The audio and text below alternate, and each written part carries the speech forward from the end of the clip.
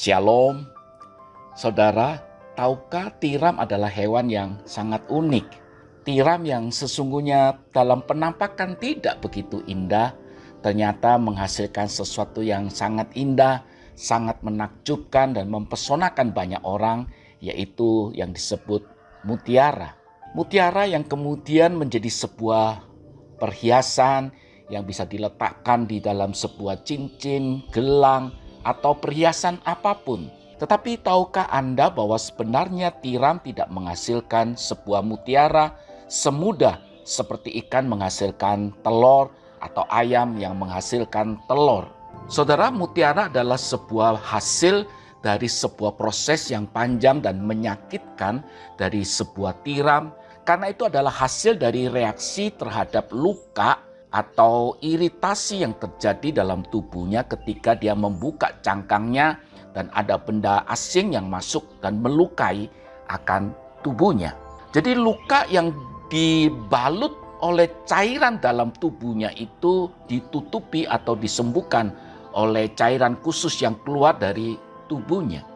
Proses yang memakan waktu itulah yang kemudian menghasilkan sebuah mutiara. Jadi ketika tiram itu membuka cangkangnya, tidak sekali atau dua kali benda asing yang masuk tubuhnya, melukai tubuhnya, dan cairan itu kemudian keluar. Saudara, ketika tiram itu tidak membuka cangkangnya, memang tiram itu tidak akan terluka. Tetapi tiram yang tidak membuka cangkangnya akan menjadi tiram yang biasa saja. Tiram yang tidak menghasilkan mutiara dalam hidupnya. Apa yang kita bisa pelajari dari kisah ini?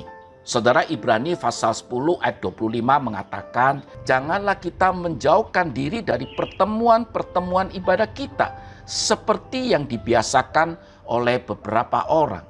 Tetapi marilah kita saling menasihati dan semakin giat melakukannya menjelang hari Tuhan yang semakin mendekat. Saudara, hidup ini tidak mungkin kita jalani tanpa kita membuka diri, tanpa berinteraksi dengan orang lain atau mengisolasi diri kita, tanpa mau berhubungan dengan dunia di luar diri kita. Memang benar, ketika kita tidak membuka diri kita tidak akan dilukai atau terluka oleh relasi kita dengan orang lain.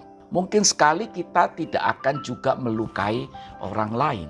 Namun ketika kita tidak membuka diri kita dalam pertemuan-pertemuan yang biasanya diadakan oleh sebuah komunitas, baik itu gereja atau persekutuan atau apapun, maka kita sesungguhnya tidak berdampak juga kepada orang-orang di sekitar kita.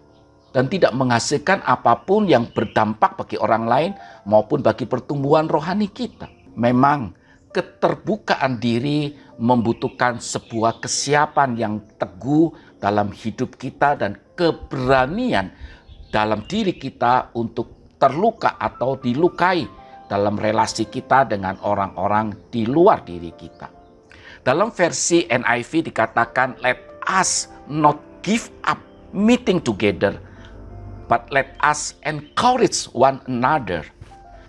Saudara, penulis Ibrani ingin mendorong setiap kita supaya tidak menyerah dalam berkomunitas, baik itu dengan satu, dua, atau lebih, supaya kita melalui komunitas itu kita boleh bertumbuh, saling mengasah, saling memperlengkapi, saling menasihati menjelang hari Tuhan yang semakin mendekat.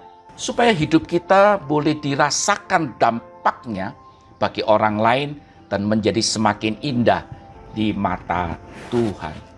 Tuhan Yesus memberkati setiap kita.